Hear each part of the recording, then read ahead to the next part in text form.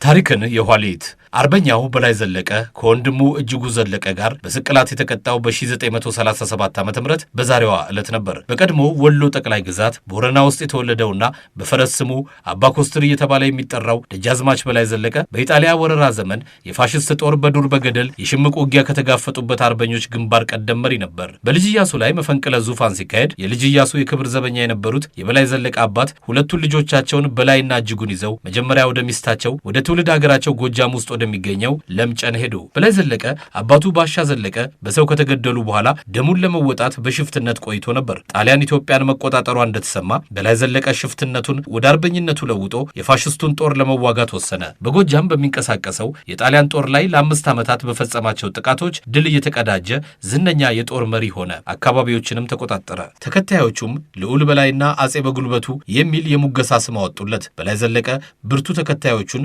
ቀኛዝማች፣ ፊታውራሪ፣ ደጃዝማችና ራስ የሚሰኙ የዘመኑ ማዕረጎችን እየሾመ አደራጃቸው። በ1933 ነጻነት ከተመለሰ በኋላ ቀዳማዊ ኃይለ ሥላሴ የደጃዝማችነት ማዕረግ ሰጥተው የቢቸና አውራጃ ገዢ አድርገው ሾሙት። በላይ ዘለቀም ከእርሱ በታች ያሉ የኃላፊነት ቦታዎችን አብረውት በረሃ በታገሉ ጓዶቹ ለመሙላት ሞከረ።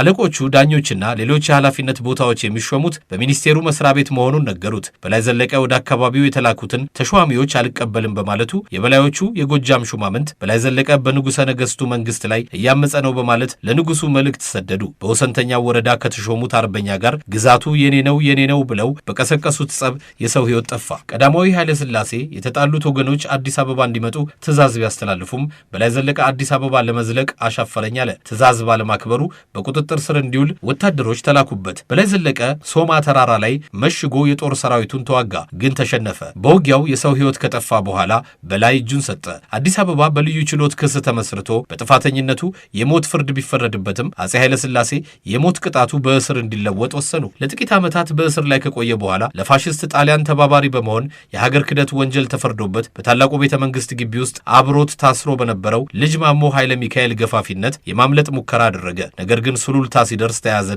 የበፊቱ የሞት ፍርድ እንዲፈጸምበት ተወስኖ በስቅላት ተቀጣ።